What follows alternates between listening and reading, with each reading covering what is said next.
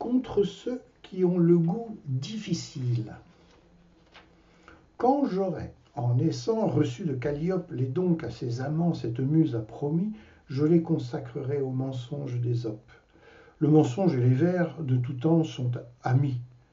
Mais je ne me crois pas si chéri du Parnasse que de savoir orner toutes ces fictions. On peut donner du lustre à leurs inventions, on le peut, je l'essaie, un plus savant le fasse. Cependant, jusqu'ici, d'un langage nouveau, j'ai fait parler le loup et répondre l'agneau. J'ai passé plus avant. Les arbres et les plantes sont devenus chez moi créatures parlantes. Qui ne prendrait ceci pour un enchantement? Vraiment, me diront nos critiques, vous parlez magnifiquement de 5 ou 6 contes d'enfants. Censeur, en voulez-vous qu'ils soient plus authentiques et d'un style plus haut? En voici.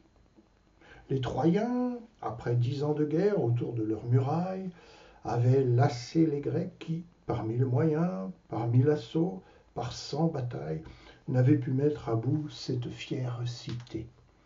Quand un cheval de bois, par Minerve inventé d'un rare et nouvel artifice, dans ses énormes flancs reçut le sage Ulysse, le vaillant Diomède, Ajax l'impétueux, que ce colosse monstrueux, avec leurs escadrons, devait porter dans Troie, livrant à leur fureur ses dieux même en proie. Stratagème inouï, qui des fabricateurs paya la constance et la peine? C'est assez, me dira quelqu'un de nos auteurs. La période est longue, il faut reprendre haleine, et puis votre cheval de bois, vos héros avec leurs phalanges, ce sont des contes plus étranges qu'un renard qui cachole un corbeau sur sa voie. De plus, il vous sied mal d'écrire en si haut style. Eh bien, baissons d'un ton.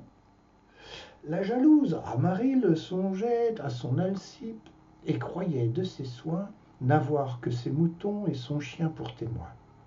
Tircis, qui l'aperçut, se glisse entre des saules.